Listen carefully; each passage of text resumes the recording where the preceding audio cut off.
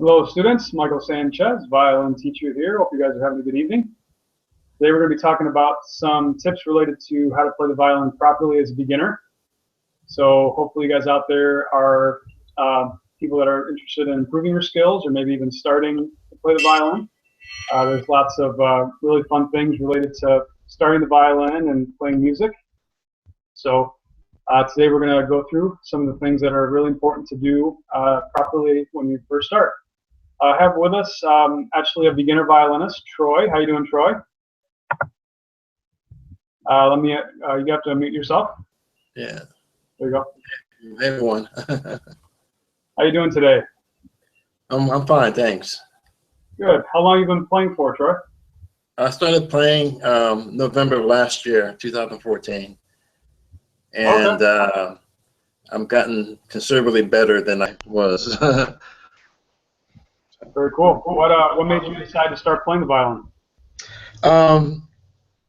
I've always been. I have a music background, and I live in an apartment, and so the only instrument I thought I could play quietly was the violin. So I thought it was too old to play violin, but having seen folks on your groups, they're just the same age as I am or older, so I don't feel bad at all. So yes, nice. Yeah. Yeah, we have lots of adult beginners that even start as late as age 60 or older.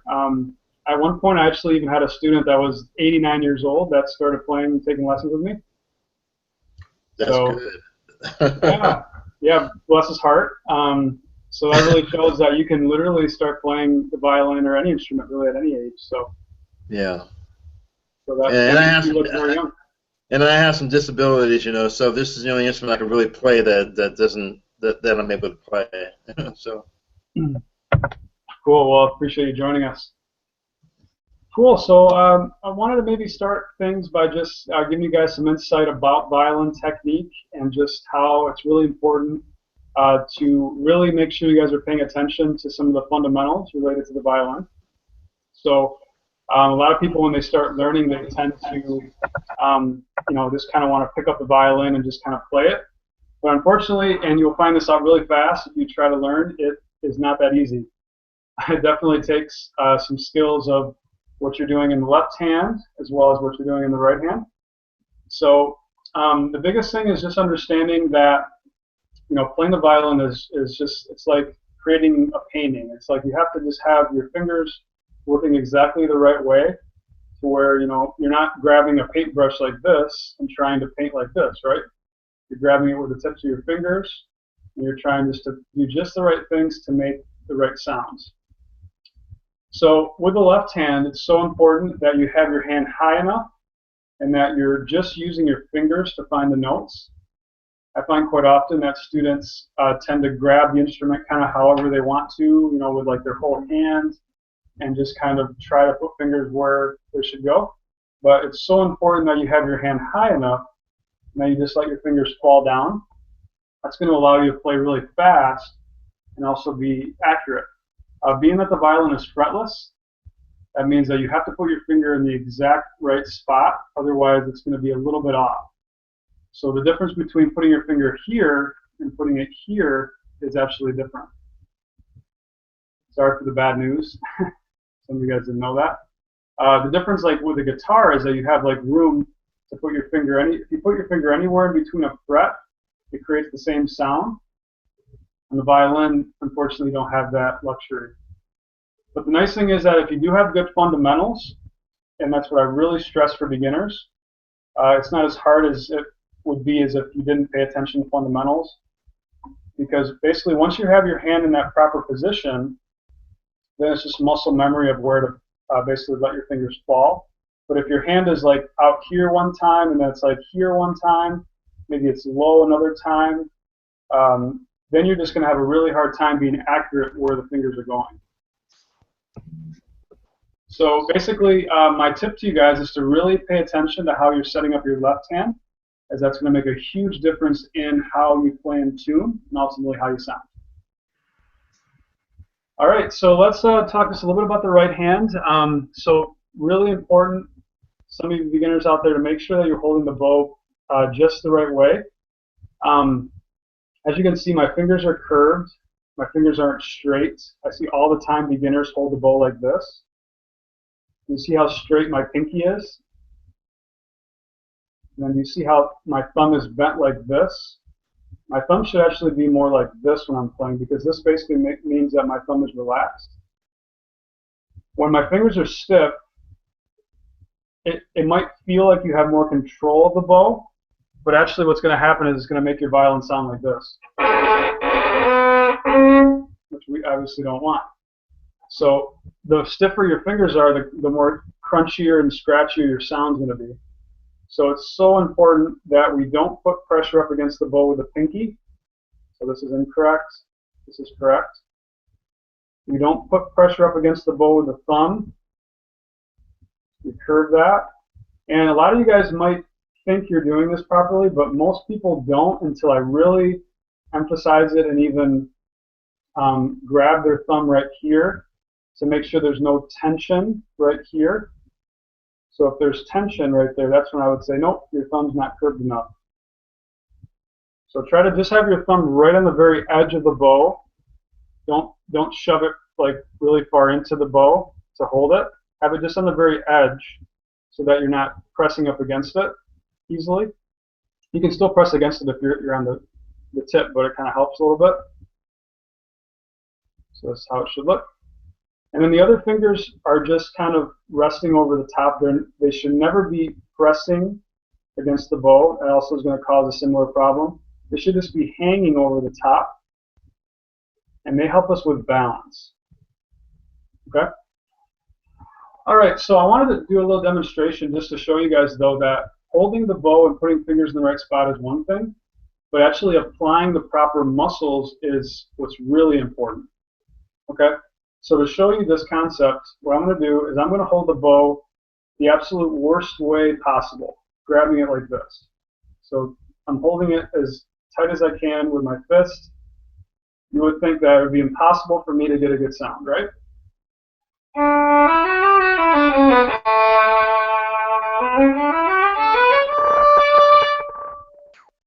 Now, how was I able to do that?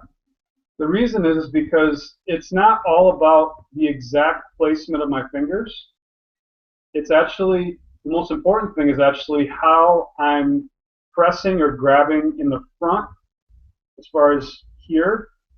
If I was putting a lot of pressure down right there as I was holding the bow here in the front, then I would get an absolutely horrible sound.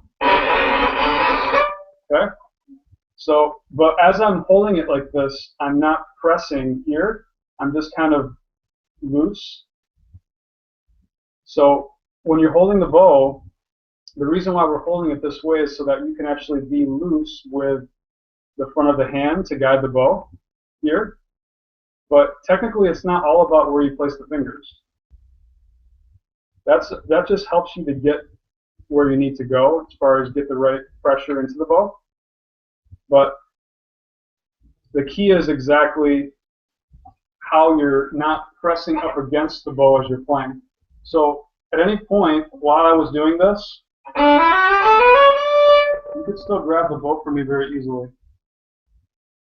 There wouldn't be anything pressing up against the bow as I was playing. If there was, it would be a bad sound. So I can still hold it like this and still be relaxed as far as not allowing the bow to be tense. But I could also hold it properly and not have the proper muscles. So right there, what I was doing is I was pressing up with my thumb, pressing with my pinky, which is causing the bad sound. So my advice to you guys is that, okay, putting the fingers in the right spot is only half the battle. The other half is actually applying the right muscles to guide the bow. So you guys have to learn how to use this finger to transition the bow. So that as I'm going down towards the tip,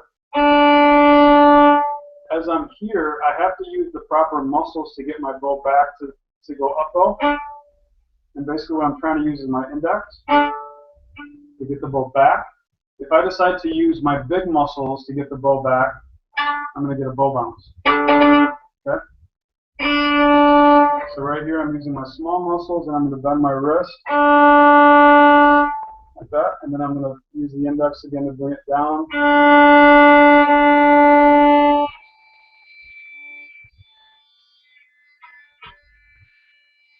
Okay, now I'm going to use the improper muscles. I'm going to press up against the bow with these fingers. I'm going to kind of press against with my thumb. Obviously terrible. So now I'm going to relax those fingers and guide it here.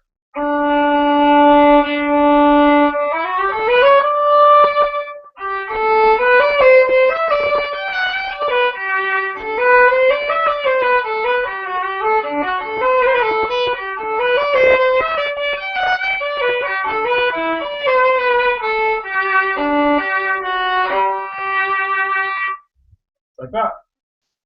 So, so hopefully you guys learned from this lesson how important it is to not just have your fingers in the right spots, but also to be not pressing up against the bow with the fingers.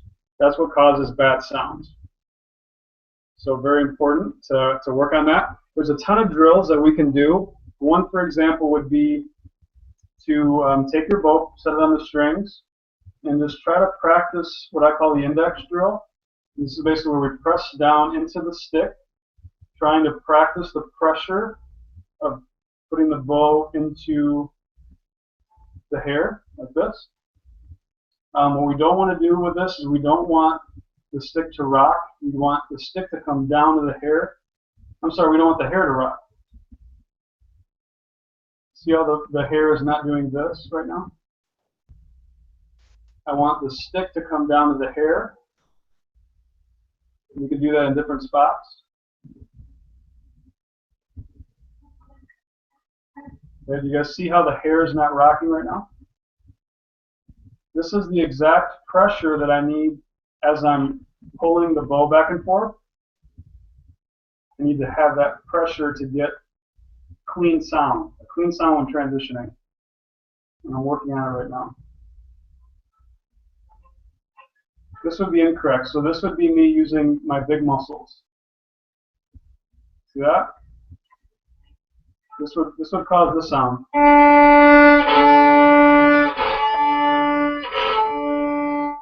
I'm trying to avoid that by using the index properly.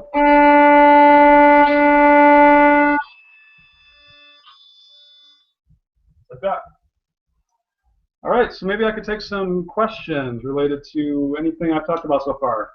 I see we have some students that just popped in, looking to hopefully get some tips tonight. So I see Cynthia and a couple Cynthias, looks like. Cool. Don and Troy, you guys have any questions? Yes, Cynthia A, I'll call you. Hi, Michael. So yeah, I just had a question about, and I don't have my instruments upstairs, and I didn't want to leave the session to go get it. But anyway, I had a question about the thumb on the bow.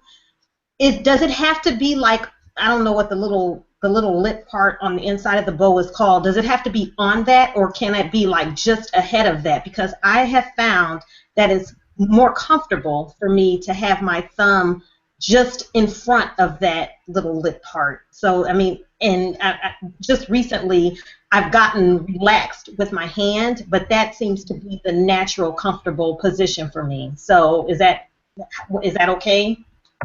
Yeah, good question. So, so yeah, the concept is that, yeah, we don't want anything pressing up against the bow. So technically, if I could have my thumb here, or I could have it, you know, a little bit farther down, and I could basically be pressing in either circumstance, or I could be not pressing in either circumstance. So it's more important just that your thumb isn't actually pressing up against it. I wouldn't want your thumb to be, you know, really far down, you know, like in here. I would try to have it right by, you know, into the ebony frog groove here, like right there. So like here, but this wouldn't be totally terrible to have it, you know, a little bit farther up. Yeah, the biggest concept though is that, like, when I'm trying to help a student, I'm always paying really close attention to what's happening right here. this is where a student can easily cause the bow to do the wrong things. Basically, if you think about it, if I'm doing that, my thumb is guiding the bow for me because it's pressing. So it's like I'm bowing like this, basically. So that's a really bad habit. So I don't want that to happen. I want to limit that pressure right here. So I wouldn't think maybe so much about the exact placement, but more about just what's going on right here. Hope that helps. Cool. Troy, did you have a question? I saw you do something or not. Or, oh, sorry. Any other questions? I'll take a look to see if there's anything in the events area. I like to go over there. There's quite a few people watching the class right now live, and they sometimes ask questions in the events area. So let me just go over there real quick. So yeah, hope all you guys that are watching right now are doing well. We've been working really hard on the site. Things have been going really well. We have a new daily tips sign up. Hopefully you guys have considered signing up for our daily tips on violintutorpro.com. I'll quick show you guys where that's at. So I basically compile a list of tons of tips on how to improve. And right now it's actually in the navigation. So it says free daily tips. You guys can click on that. And yeah, every day at 5 I'll be sending out tips. Just a simple tip about how to improve, and link up to a video that I would recommend for you guys. So if you guys decide to check that out. All right. Any other questions? You guys thought of any since I've been gone here? Yes, please, Cynthia. Okay, so I have been working on your week 1 lessons, the simple sheet music that you put on your website, and I am having an extremely difficult time switching from the 3rd finger on A to 2nd finger on D, and I have been practicing really hard. So, and I'm starting to get a little frustrated because it doesn't really sound like it's getting any better to me. So what recommendations would you make to help me through that process? Sure. Yeah. So I mean, if you're willing to play something or show me, that would be ideal, because then I could say, you know, maybe something else is going on, or this is what I think you should focus on. If you're willing to do that. Otherwise, I can try to diagnose what might be happening if I ask you a few more questions. What would you prefer? Okay, so I'm really not confident enough to play in front of everybody. Okay. So if you want to, you know, ask me some more questions, I mean, and I would be willing to show you what my finger placements are, but I'm not comfortable with playing. So. Sure. No, I understand totally. Yeah, so if you want to show me the finger placements, that'd be cool. And then maybe I'll ask you a couple questions throughout that. Okay, so let me run and get my instrument, and I'll be back, guys. Sounds good. So yeah, there's quite a few things that might come up. Let me just show you guys some potential things with string crossings. So what I notice quite often, a lot of students tend to not move their elbow properly when they're changing strings. So here's the A string elbow position, here's the D string elbow position. So sometimes students tend to change strings with their wrist, and they're not very accurate because they're trying to do it here and not here. So that's something that we'll look out for. As far as finger placement, sometimes students don't have very good finger angles. Like they tend to be placing fingers this way instead of this way. Sometimes students don't have a high enough hand, which causes problems with what Cynthia's talking about. Sometimes they don't have good hand position as far as their thumb and their hand being back far enough to be able to find the notes accurately. That could be a possibility. What else could be? So yeah, if she's maybe wondering more about the sound, it could be something bow grip related. It could be lots of things. That's why I always say, hey, let me try to figure this out. Okay, Cynthia, go ahead. You're muted. Sorry.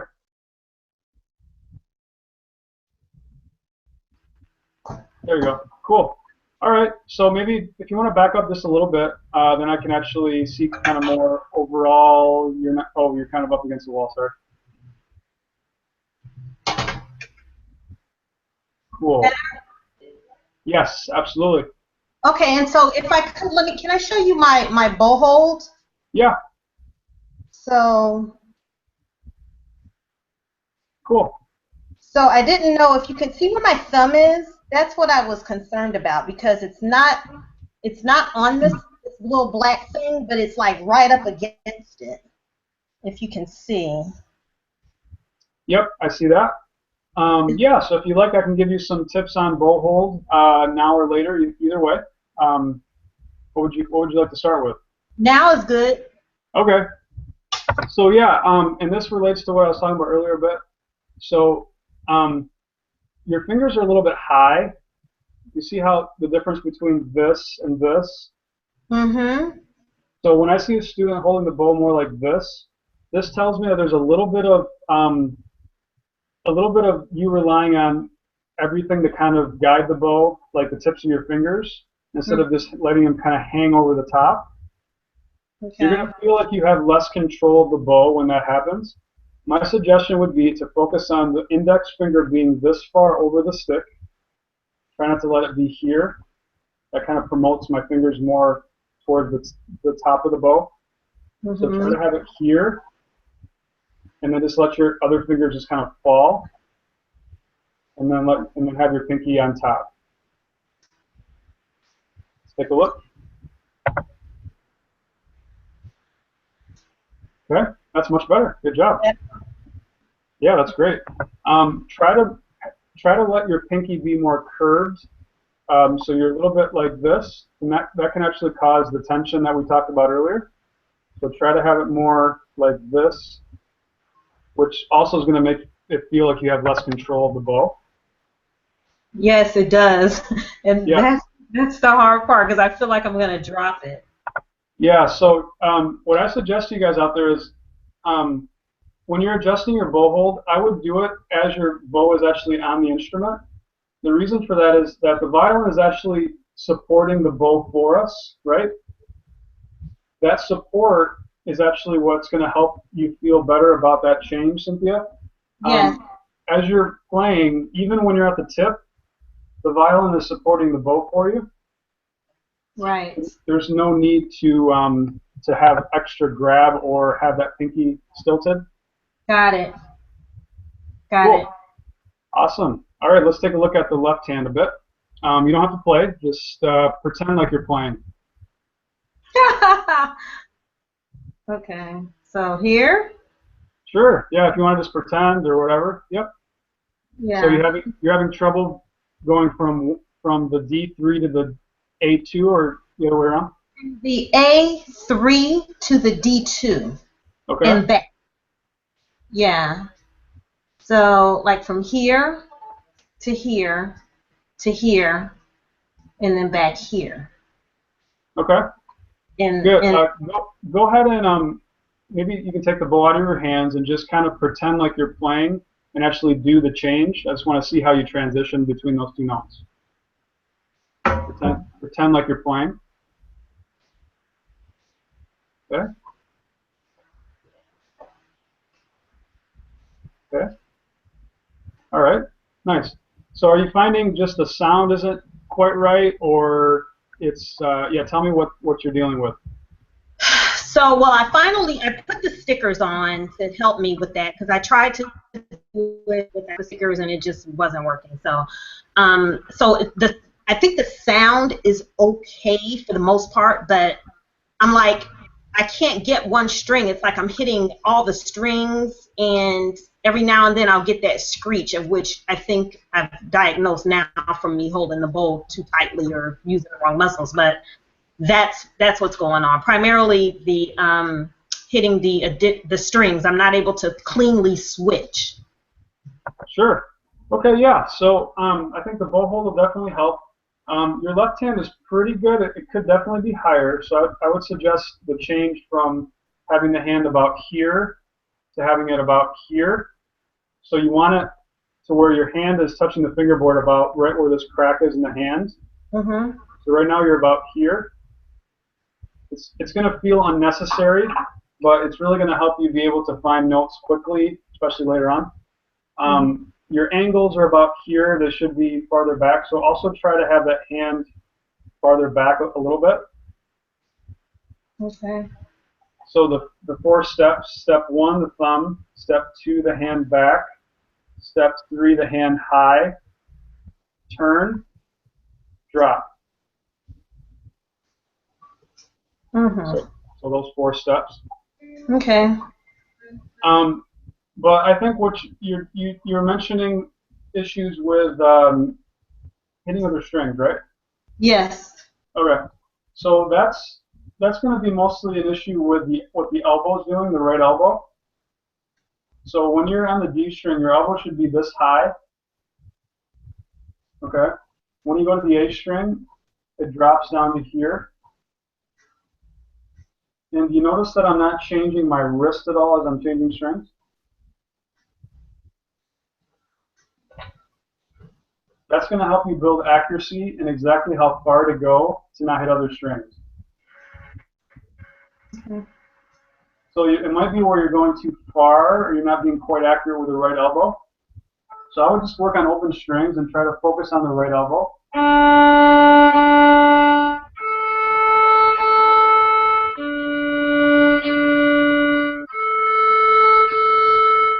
Like that.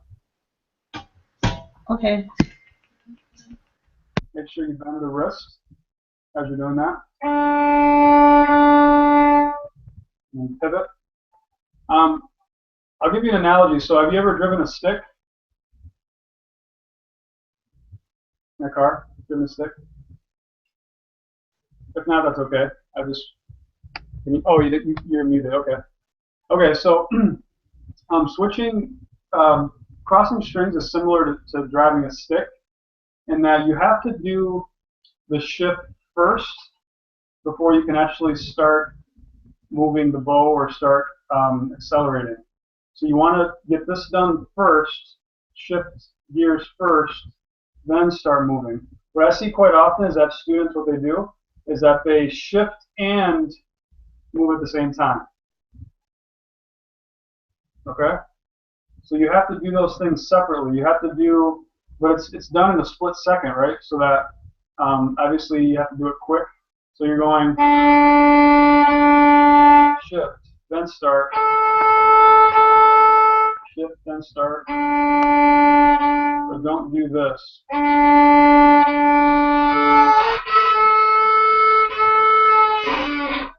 See, I'm kind of doing that at the same time.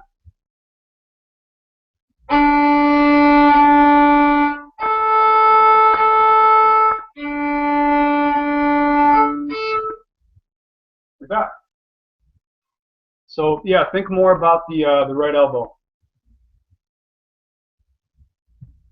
Cool. All right. Hopefully that helped. Any other questions?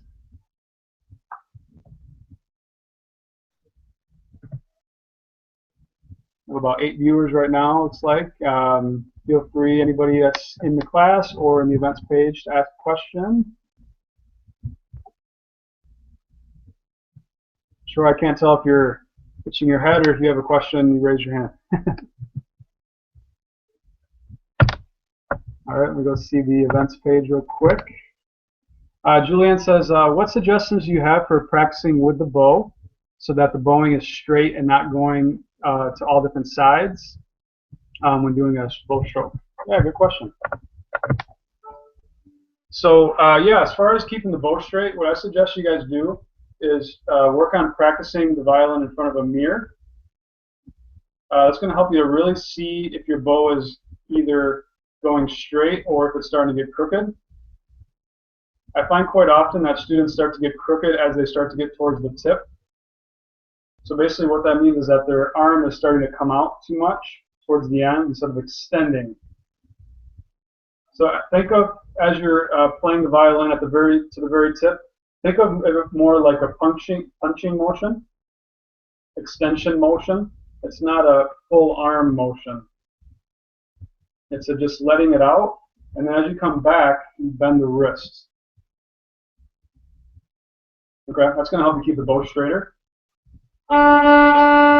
So at the very beginning, your arm does come out a little bit, like that, and then it's all extension. That's all wrist bend. Then the arm brings it back. So if you guys want to practice this, there's 4 different parts of the bow stroke. Part 1, part 2, part 3, part 4, and just kind of keep practicing that. And you can try to watch yourself in the mirror to make sure that your bow is straight. So I think that would be a really good practice. Thanks for that question, Julianne. All right, is there any others? Julianne says, bowing questions. What should the wrist be doing during a down bow or doing an up bow? Okay, cool. Yeah, I kind of answered that a little bit, but just to be clear, one thing that I notice quite often with students too is that as they're going towards the tip, they tend to over bend the wrist going down bow, thus creating the wrist to look like this. Okay, so I'm going down. You see how I'm actually moving the wrist this way? That causes a lot of problems with moving the proper muscles coming back. So you actually want the wrist to be very still going down bow, and then it's easier to move it coming up bow. So no wrist action coming down, more wrist action coming up. Okay, this is incorrect. See how the wrist ends up like this? So it should be basically be going from this position to this position. Never going this way. Okay? So don't do this. That causes tension. See how it's pretty straight? You could balance a coin on the wrist. You don't want to be like this.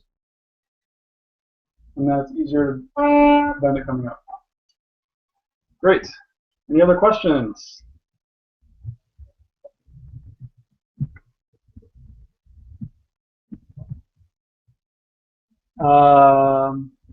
Cynthia B, do you have a question? I see you potentially moving something. Cynthia, you have to unmute yourself. Sorry.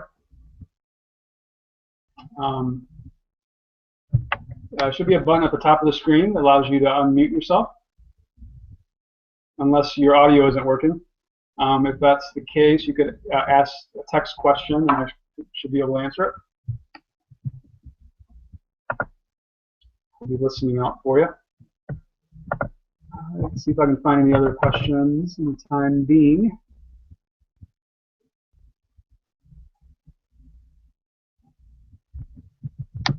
All right. Michael, I have a question. Okay, go ahead, Cynthia B, or A. Cynthia A. So I'm not quite sure how tight I should wind my bow. I just kind of have been mimicking what I see other people do. So is there like a rule to tightening the bow? I know I'm supposed to let it loose every night after practice, but what's the rule, or how do I know? Your question. You basically want it to where, as you're playing, you want to be as close as you can get to the stick without actually touching the stick. So if when you're playing there's a big gap between the stick and the hair as you're playing, then it's way too tight. If you're hitting up against the stick, then it's too loose. So you want to be where it's close as you can get to the stick without touching. So about there, there's very little gap.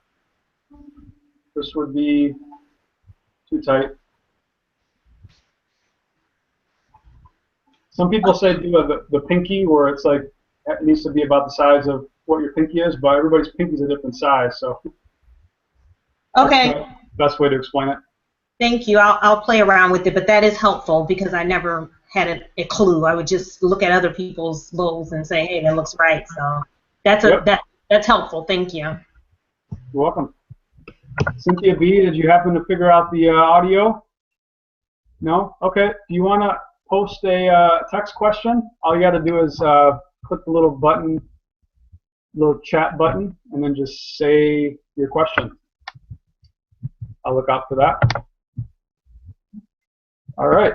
So yeah, my suggestion for you guys this week is just to really pay attention to the fundamentals. Try to work on some of these things that we talked about today. If they didn't make any sense and you have some questions, feel free to email me at michael@superiorviolins.com. Hope you guys check out the website, violintutorpro.com. We have a bunch of violin teachers that go on there and answer student questions as well. You can live chat us anytime, and there's a lot of resources there for you guys to learn the violin. All right, let's see if we can hear from Cynthia B. I see something from Don. Don asks, should I start slow and build up speed? So Don, basically when you're practicing, you want the bow to be moving, I would recommend about the same time, basically a bow stroke per second. So a second is 60 beats per minute. So if this is a second, that should be about how long it should take you to change bow directions. So if you're going much slower than that with each bow stroke, you guys might want to warm up with just trying to hit that speed. So here's a second.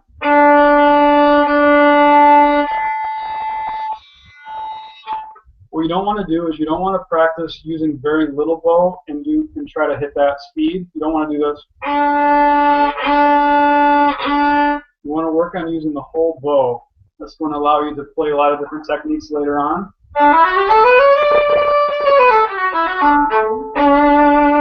You want to get used to using the whole bow. You don't want to get used to playing like this. That.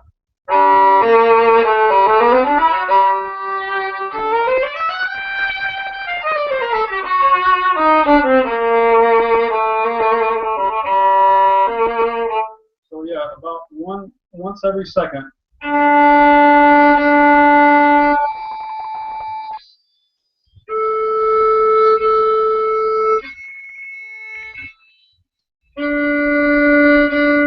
And then if that's easy for you, do scales that way.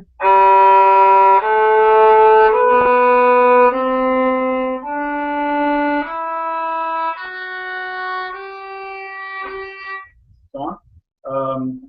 So yeah, you guys should really work on that, getting that pace. That's a really good pace for beginners.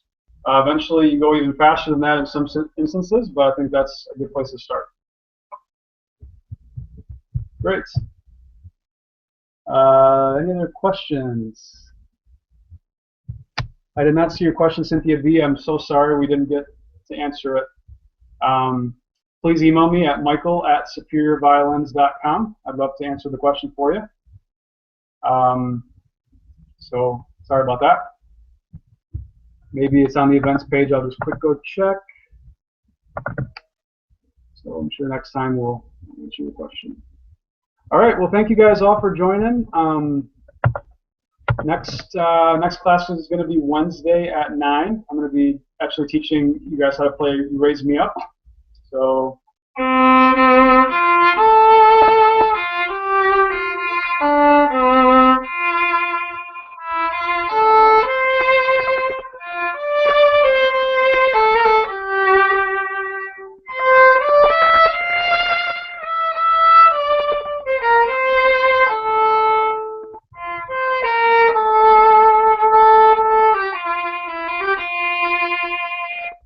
That's You Raise Me Up. So yeah, tune in Wednesday at 9 to learn that song, and I'll be sending out an invite for you guys for the next beginner class. I don't think I'm going to be doing it next Monday, but probably the Monday after. Thanks so much, guys. Have a great week. Practice hard. See you guys very soon.